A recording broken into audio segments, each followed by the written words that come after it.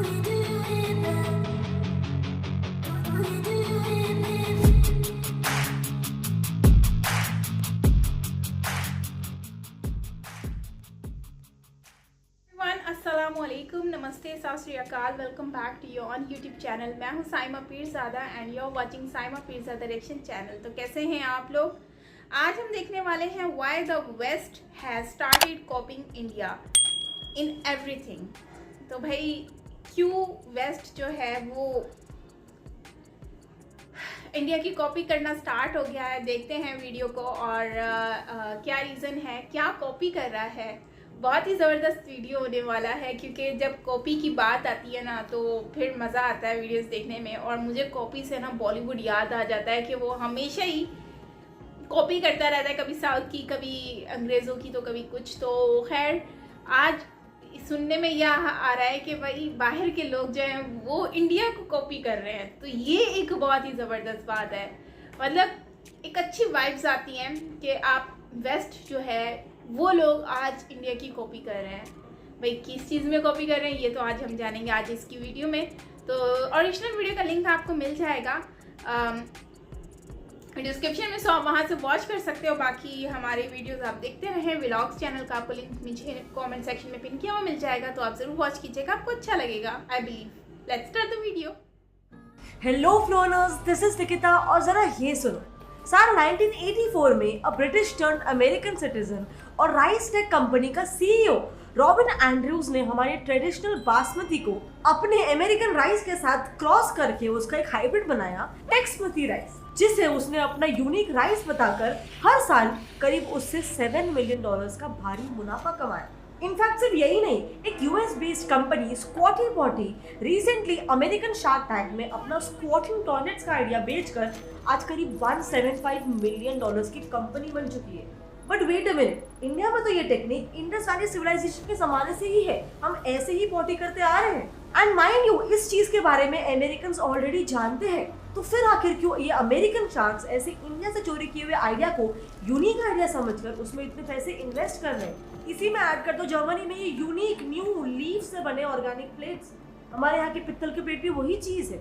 So well, आखिर ऐसे कैसे ये वेस्टर्न कंपनीज हमारे इंडियन आइडियाज को चोरी कर कर, खुद पेटेंट कर कर अपना प्रोडक्ट बनाकर उसे सेल करती है, इतना पैसे कमाती है, और हम इंडियंस उसके बारे में कुछ नहीं कर पाते हैं। एंड इनफैक्ट एक सेकेंड, क्या हम इसके बारे में कुछ कर भी सकते हैं? Well, let's find out. So well, basically west ने आज तक हमसे बहुत सारा हमारा information, ideas and products copy करके रखा है और उससे अपना इन्वेंशन बनाकर बेचा है। जैसे कि सबूत नंबर 1, टेक्समती राइस। 2 सितंबर 1997 में US based hybrid rice seed company RiceTec ने अपने बासमती राइस के कॉपीड वेरिएंट्स टेक्समती और कासमती के लिए US patent and trademark office से पेटेंट हासिल कर ली। अब क्योंकि ये इंडियन बासमती राइस का एक कॉपीड वेरिएंट था, इसीलिए इंडिया ने इस बात को पता लगते ही इसे अपोज कर लिया, एंड जिसके बाद यूएस को अपना ये पेटेंट वापस लेना पड़ा।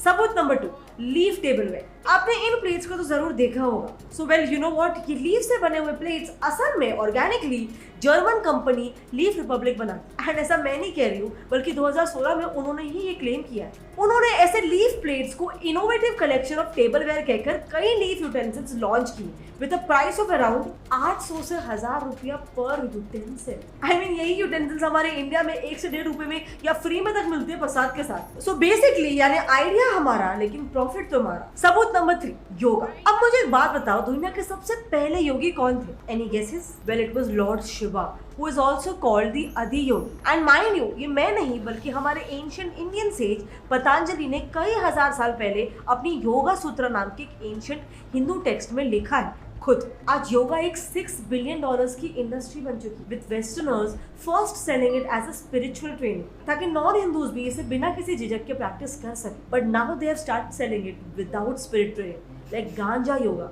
डॉग योगा या फिर goat yoga and what not, ताकि बेसिकली गधे और गंजड़ियों से भी पैसे कमाए जा सके। सबूत नंबर 4, हल्दी। सो हमारे इंडिया में जख्म पर लगे खून से लेकर बर्तन पर बस ऐसे ही पड़े हुए फूड तक सब में हल्दी पड़ती है, obviously because of its healing property. But शायद ये हमारे इंडियंस को पहले नहीं पता था, because do you know, university of Mississippi के मेडिकल सेंटर के इंडियन अमेरिकन रिसर्चर्स सुमन के दास और हरिहर पी कॉली ने हमारे हल्दी में मौजूद कुछ हीलिंग प्रॉपर्टीज होने की यूनिक डिस्कवरी की है। एंड व्हाट्स मोर कि उन्हें अपने इस यूनिक डिस्कवरी के लिए 1995 में US patent and trademark office द्वारा पेटेंट तक मिल चुका है। अब वो अलग बात है कि इंडिया ने इस पर भी आपत्ति जताई है और इस पेटेंट को रिवोक करवा दिया है। बट इससे सच्चाई तो मालूम पड़ती है कि वेस्टर्न कंट्रीज हमारे ही देश से हमारी आइडियाज को कॉपी कर लेते हैं और हम ज्यादा कुछ कर नहीं पाते। But now the question is कि इससे इंडिया को क्या फर्क पड़ता है, और फर्क पड़ता है तो ये गलत क्यों?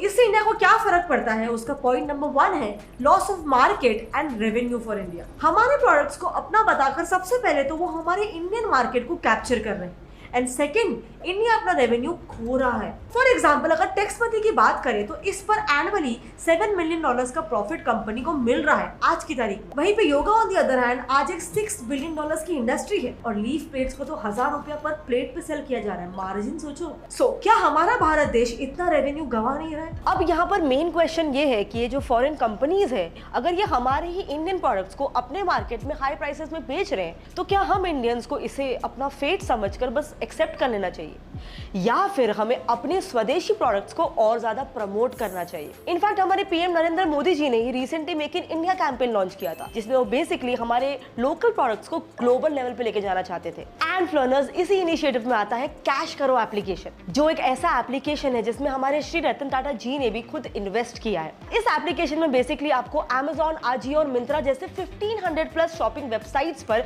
कूपन्स और बेसिक डिस्काउंट्स तो मिलता ही है, लेकिन इसके अलावा भी आपको अप टू 30% का कैशबैक भी मिलता है। और इसके लिए आपको ज्यादा कुछ नहीं करना है, बस मेरे डिस्क्रिप्शन लिंक से उस एप्लीकेशन को क्लिक करके डाउनलोड कर लीजिए और डाउनलोड होते ही इसमें आप अपना अकाउंट बनाइए। अब अकाउंट बनाते ही आपको जिस भी प्लेटफॉर्म से शॉपिंग करनी है आप उस पर क्लिक कीजिए। जैसे मैं यहाँ पर मिंत्रा पे कर रही हूँ और मिंत्रा पे क्लिक करते ही आपको एक ऑरेंज बटन पे क्लिक करना है और इसके बाद बस सिंपल है, आप जैसे मिंत्रा पे शॉपिंग करते हो बस वैसे ही करना है और आपको अपना सारा कैशबैक वापस मिलता रहेगा, जिसको आप अपने एप्लीकेशन के माई अर्निंग सेक्शन पर देख सकते हो। इसके अलावा ये कैशबैक आप अपने कैश करो के एप्लीकेशन से अपने बैंक अकाउंट में भी ट्रांसफर कर सकते हो। इसके अलावा कैश करो is also having a cashback party for 9 days, जिसमें बेसिकली आपको कैश करो को अपने फ्रेंड्स को रेफर करना है और उनके शॉपिंग पे आपको मिलेंगे ₹100 एंड इसके अलावा the person who refers the most will get ₹25,000। तो रुके क्या हो, नीचे डिस्क्रिप्शन लिंक से ऐप को डाउनलोड करो और मेरा personal promo code FLEARN25 use करो, जिससे ज्वाइन करते ही आपको ₹25 तो एकदम फ्री में मिल जाएगा। Now coming back to the topic. नुकसान number 2, traditional knowledge theft. Traditional knowledge यानी कि different culturally and spiritually useful skills, technique and practices जिन्हें कोई भी कम्युनिटी में generation to generation pass on किया जाता है। इस ट्रेडिशनल नॉलेज का कमर्शियल यूज करना, इस ट्रेडिशनल नॉलेज का थेफ्ट होना। एंड वेस्टर्न कंट्रीज हमारे कई सारे ट्रेडिशनल नॉलेज का यूज कमर्शियली कर रहे हैं। जैसे कि बेस्ट एग्जांपल एक यूएस बेस्ड फर्म है, उन्होंने अपने सो कॉल्ड इन्वेंशन स्क्वाटी पॉटी, जो कि बेसिकली एक इंडियन स्टाइल टॉयलेट है, उसके सेल से आज बिजनेस की वर्थ $175 मिलियन हो चुकी है। नुकसान number 3, biopiracy and scientific colonialism. जब रिसर्चर्स लोकल पीपल के पर्टिकुलर प्लांट, एनिमल और केमिकल कंपाउंड की ट्रेडिशनल नॉलेज को अपने कमर्शियल गेन्स के लिए without any legal permission use करते हैं, उसे बायोपायरेसी कहा जाता है। अब हिस्टोरिकली इस बायोपायरेसी को कोलोनियलिज्म से लिंक किया गया है, क्योंकि कोलोनाइजर्स कोलोनाइज्ड कंट्री से उनके रिसोर्सेज एंड आइडियाज को फोर्सिबली लेकर अपने देश जाते थे और उसका कमर्शियल यूज करके ज्यादा पैसा कमाते थे। अब इसका बेस्ट एग्जांपल है Brahmi, an Indian creeper plant को एज अ मेमोरी एनहांसर, और aloe vera as a useful mouth ulcer treatment को एक यूरोपियन कंपनी ने अपने नाम पे पेटेंट करवा लिया है। सो चलो अब हमने ये जान लिया कि हमारे कौन से इन्वेंशंस को इन्होंने चोरी किया है और उससे हमें एज अ कंट्री क्या नुकसान हो सकता है। लेकिन नाउ द क्वेश्चन स्टैंड्स कि इन वेस्टर्न कंट्रीज जो इतने एडवांस्ड है, इतने मॉडर्न है, हमसे इतने आगे हैं, वो ऐसा कर क्यों रहे हैं? वो एक डेवलपिंग देश जैसे कि इंडिया के आइडियाज क्यों चुरा रहे हैं? सो वेल, इसके पीछे 4 रीजंस। नंबर 1, तो वेस्टर्न एंजाइटी, जिसमें to be specific we are going to talk about emergence of western technology 1500 to 1750। So starting of 16th century से वेस्टर्न कंट्रीज में social, political, religious and intellectual changes होने शुरू हो गए थे। सो जहां एक तरफ यूरोप में एक नेशन स्टेट यानी कि नेशनलिज्म की फीलिंग बिल्डअप हो रही थी, वहीं दूसरी ओर रेनेसेंस जैसे मॉडर्नाइजेशन की आइडियाज पूरे यूरोप में फैलने लगे थे, एंड जिसकी वजह से ही वहां पर इंटेलेक्चुअल डेवलपमेंट भी हुआ। अब इस इंटेलेक्चुअल डेवलपमेंट से नई टेक्नोलॉजीज डेवलप होनी शुरू हो गई ऑब्वियसली, एंड फिर धीरे धीरे साइंटिफिक एडवांसमेंट्स के दम पर यूरोपियन पावर्स ने पूरी दुनिया पे राज किया वो भी अपने शिप्स एंड फायर आर्म्स के बलबूते पे। Now this happened to the point कि 1750 के इंडस्ट्रियल रेवोल्यूशन के बाद decade by decade European powers economically strong होते चले गए। So now this entire situation eventually led to our second point. Point number 2, West supremacy. Industrial revolution से mild strong industrial growth ने west को economically एक head start दे दिया था, जिसकी वजह से वेस्टर्न कंट्रीज हर sphere like science and technology, defence, education सब में आगे बढ़ चुके थे। एंड इसीलिए ये वेस्टर्न कंट्रीज की पूरी वर्ल्ड में सुप्रीमेसी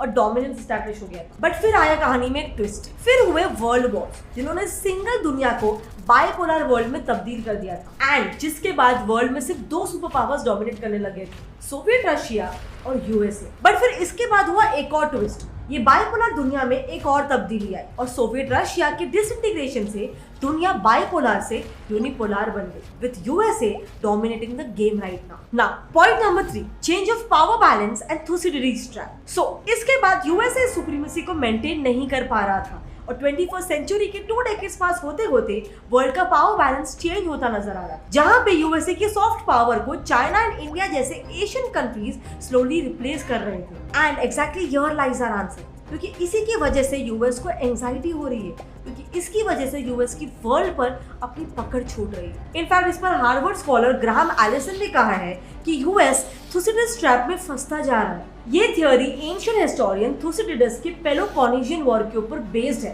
इस थियोरी के अकॉर्डिंग एक राइजिंग पावर के राइज होने की वजह से रूलिंग पावर को रिप्लेस होने का थ्रेट महसूस होना शुरू हो जाता है एंड फिर वो अपनी पोजीशन को मेंटेन करने के लिए वायलेंट क्लैशेस तक कर सकता है। एंड वी ऑल बिलीव कि इसीलिए वेस्ट इतना प्रोएक्टिव हो रहा है, इतना रिएक्टिव हो रहा है, और वो बेसिकली अपनी सुप्रीमेसी नहीं खो रहे, इसीलिए वो हेजीमनी मेंटेन कर रहा है। अब इसमें एक पॉलिटिकल साइंटिस्ट रॉबर्ट गिल्पिन ने अपने रिसर्च में यूएस को 3 सजेशंस दिए। नंबर 1, डिफेंसिव प्रोटेक्शनिस्ट, यानी अपनी होम कंट्री में इंपोर्ट्स को रोकना। Number 2, fragmentation of the international system. Number 3, rejuvenation, मतलब बेसिकली अपने इनोवेटिव टेक्नोलॉजीज से मार्केट को कैप्चर करना। गिल्पिन कहते हैं कि इस थर्ड ऑप्शन का 1980s में रीगन एडमिनिस्ट्रेशन ने भी सक्सेसफुल यूज किया था एंड अभी फिर से यूएस स्ट्रैटेजी को इम्प्लीमेंट करते हुए दिख रहे हैं, जिसमें माइंड यू उनकी मदद प्राइवेट प्लेयर्स कर रहे हैं। इस रेस में बेसिकली यूएस कंपनीज इंडिया जैसे डेवलपिंग कंट्रीज से ट्रेडिशनल नॉलेज थेफ्ट करके अपने यहाँ न्यू प्रोडक्ट्स लॉन्च करने के लिए यूज कर रहे हैं। इनफैक्ट ब्राजीलियन स्टडीज भी ये कहती है कि यूएस के पास रिजुवेनेशन ही बेस्ट ऑल्टरनेटिव है, जिससे वो टेक्नोलॉजिकल एडवांसमेंट भी करे, जिससे वो टेक्नोलॉजिकल इनोवेशंस भी करे और अपनी हेजीमनी भी बनाए रखे। सो अब एक और क्वेश्चन है, अगर ये वेस्टर्न कंट्रीज जैसे दूसरे कंट्रीज का ट्रेडिशनल नॉलेज चुरा रही है, तो क्या इस पे वर्ल्ड ट्रेड ऑर्गेनाइजेशन जैसे इंटरनेशनल ऑर्गेनाइजेशंस कुछ नहीं कर सकते? वेल, कर तो सकते हैं with the help of world trade organization TRIPS agreement. 1986 से 94 यूरुग्वे राउंड के दौरान नेगोशिएट हुआ WTO's agreement on trade related aspects of intellectual property rights. इस एग्रीमेंट के अंतर्गत मल्टीलैटरल ट्रेडिंग सिस्टम में first time intellectual property rules introduce हुए, जिसमें artistic expression, science, symbols, name used in commerce, designs and inventions को protect किया गया। And इसकी प्रोटेक्शन के लिए कंट्रीज अपने आइडियाज कॉपी करने वाले कंट्रीज के अगेंस्ट WTO में आर्बिट्रेशन यानी कि केस फाइल कर सकते हैं। बट अगेन इसमें भी एक चीज मिसिंग है, इस इंटेलेक्चुअल प्रॉपर्टी प्रोटेक्शन में ट्रेडिशनल नॉलेज को प्रोटेक्शन ही नहीं दिया गया है एंड इसीलिए इंडिया WTO में अपने ट्रेडिशनल थेफ्ट को रोकने के लिए आवाज नहीं उठा सकता है। लेकिन 2018 में ही इंडिया ने ट्रेडिशनल नॉलेज के थेफ्ट पर नेगोशिएशंस को रिवाइव करने के लिए WTO में बात की है। ये इशू इंडिया ने इसीलिए उठाया था क्योंकि ट्रिप्स एग्रीमेंट में ट्रेडिशनल नॉलेज और एसोसिएटेड जेनेटिक रिसोर्सेज, इन सभी चीजों को कोई भी प्रोटेक्शन नहीं दिया है एंड इसी की वजह से हमने देखा है कि कैसे वेस्टर्न कंट्रीज इस नॉलेज का यूज करके मिलियंस ऑफ डॉलर्स छाप रहे हैं। इसी पर जॉइंट सेक्रेटरी सुधांशु पांडे का कहना था कि ट्रिप्स CBD लिंकेज सिर्फ इंडिया के लिए ही नहीं बल्कि बाकी डेवलपिंग कंट्रीज के लिए भी उतना ही इम्पोर्टेंट है, क्योंकि इस चीज से बायोपायरेसी जैसा एक इम्पोर्टेंट इशू एड्रेस होगा एंड ट्रेडिशनल नॉलेज और एसोसिएटेड जेनेटिक रिसोर्सेज को पेटेंट नहीं देने की लॉन्ग टाइम डिमांड जो कंट्रीज के बीच ऑलरेडी एग्जिस्ट करती है वो भी फुलफिल हो जाए। बट ये तो हुआ गवर्नमेंट के करने के बाद, लेकिन ऐसे में जो हम इंडियन सिटीजन्स कर सकते हैं वो है सबसे पहले promote Indian culture. According to Edumedia survey, आज के समय में अराउंड 72% इंडियन बच्चे वेस्टर्न क्लोथिंग पहनना पसंद करते हैं। इनफैक्ट यही नहीं, आज न्यूज से लेकर एप्पल के आईफोन्स तक हमें सभी वेस्टर्न कंट्रीज के प्रोडक्ट्स को बस ब्लाइंडली ट्रस्ट करने की आदत पड़ चुकी है, जबकि वेस्टर्न कंट्रीज ने तो कई बार प्रूफ किया है कि उन्हें इंडिया की तरक्की से दिक्कत है। तो अब मुझे बताओ, क्या ऐसे सिचुएशन में देशभक्ति और नेशनलिज्म और देश के कल्चर को प्रमोट करना, क्या ये सिर्फ हमारे इंडियन गवर्नमेंट का काम है एंड हम जैसे यूथ की कोई जिम्मेदारी इसमें नहीं है? इसके बारे में आपका क्या ख्याल है? आपके जो भी ओपिनियन है मेरे नीचे कमेंट सेक्शन में शेयर करना। I would love to know कैसे वेस्टर्न। ये हमारा आज का वीडियो जिसमें डिस्कस कर रहे थे कि भाई वेस्टर्न कंट्रीज जो हैं वो इंडिया की कॉपी कर रहे हैं, तो भाई वो तो इतने वेल्दी हैं, उनके पास इतना कुछ है, तो फिर वो इंडिया की कॉपी क्यों कर रहे हैं? तो ये एक क्वेश्चन मार्क बनता है ना। तो मैं भी बहुत ज़्यादा हैरान हुई थी कि भाई ये कैसे हो रहा है, क्या वाकई में ऐसा है? लेकिन देखो ये जैसे इतना सारी जो चीज़ें हैं हमने देखा है कि इंडिया में ही इनोवेट हुई हैं, ठीक है, उनकी इनोवेशन जो है वो इंडिया में हुई है। आप शैम्पू देख लें या फिर कंप्यूटर वगैरह, मतलब इस तरह की बहुत सारी चीज़ें जो इंडिया में ही हुई हैं, लेकिन आइडियाज़ इंडिया के हैं, लेकिन उसको यूज़ जो है ये लोग कर रहे हैं अपने तरीके से और आगे लेकर उसको कंटिन्यू करके चल रहे हैं और उससे फ़ायदा उठा रहे हैं। सेम वैसे ही इंडिया से ये लोग सॉल्ट बाय कर लेते हैं और फिर अपनी कंट्री में जो है वो पिंक सॉल्ट आपको पता है कितना महंगा बेचते हैं, मतलब अच्छे खासे डॉलर लेते हैं, $50 मेरे ख्याल से उसमें मिलता है, वो भी थोड़ा सा। अगर हम देखें तो ये सारी चीज़ें इंडिया से ही जा रही होती हैं और वहाँ पर जाकर ये अपने टैग लगाकर अच्छा खासा बेच रहे होते हैं। एनीवेज वो स्कॉटी पॉटी कुछ करके था, वो वाला तो बड़ा डिफरेंट सा नाम था, अजीब सा, लेकिन ये है कि आइडियाज़ तो नो डाउट इंडिया से ही निकले हैं। और आप वो लीफ वाली प्लेट देख लें, इंडिया में तो खैर वो उसमें भी खिलाया जाता है खाना, जो इनका कल्चर है, केले का जो पत्ता होता है उसके ऊपर खिलाया जाता है। तो खैर वो केले के पत्ते का जैसा ही उन्होंने एक प्लेट्स वगैरह भी ऐसी निकाल ली हैं जो कि बहुत ही लाइट वेट की होती हैं, और समटाइम ऐसा भी होता है कि वो तो फ्री में ही दे देते हैं, लेकिन यहाँ पर तो भाई इतनी महंगी प्लेटें इन्होंने दी हैं, इतना महंगा जो है वो ये सेल कर रहे हैं, मतलब 1000 के हिसाब से। तो यार ये समझ नहीं आया कि ये लोग कैसे लोगों को लूट रहे हैं और अपना ब्रांड बनाकर, और आइडिया इंडिया का है, और ऐसा नहीं है कि इंडिया ने उनको मना नहीं किया या बैन नहीं किया, काफ़ी तो उन्होंने अपना वापस भी लिए हैं, उनको सस्पेंड भी करवा दिए, कंपनियां भी बंद करवा दी हैं।